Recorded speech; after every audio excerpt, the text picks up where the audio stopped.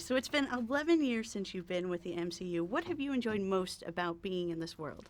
Most is being able to leave home and go to a place where there are all these different kinds of characters that I used to read about in comic books and imagine myself, being in a space where they were, and all of a sudden finding myself in that space and kind of having some new playmates. So, since you've debuted as Nick Fury, I feel like fans have always said, "Where's the Fury movie? This is what we want." Do you feel like this kind of opens up to that because we're kind of learning your origin as well as Captain Marvel?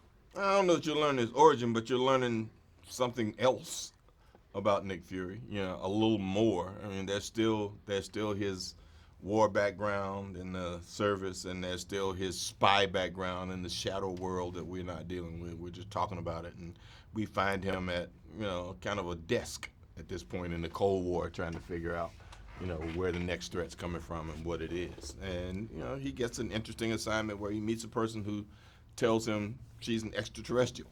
You're kind of like, not really. You look like me, you sound like me, and I'm not buying it until he sees something else which makes him go, oh, okay, wait a minute. So there is another threat, which is the beginning of the Nick Fury that, we know.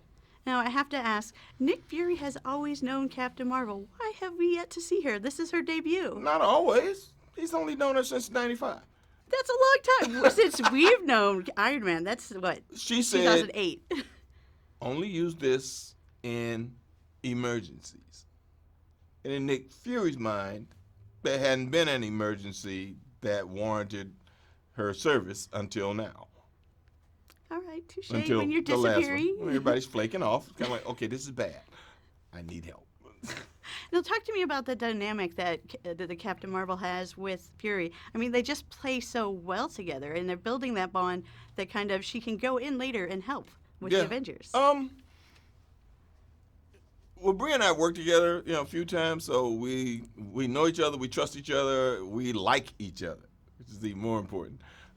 So that as she built this character, we had conversations, way before we started shooting. When she first started, when she first signed up, and then when she first started working out, and I started telling her about the things that this universe requires of you. And one of them was her physical presence at those workouts and doing all that stuff and getting her mind in place, and that a lot of things were going to happen while she was getting ready to do this that were going to inform how she played this character and what it all meant in terms of especially going from a 95-pound weakling to the strong person that she is now, and being knocked down 8-9 times and getting up 10, and being able to be stronger every time you got up, and that's who she is. And Brie has a lot of qualities that make this character resonant. She has a voice that she's not afraid to use. She has a strong presence in terms of the woman's movement, and she empowers young women with the things she says and how she carries herself.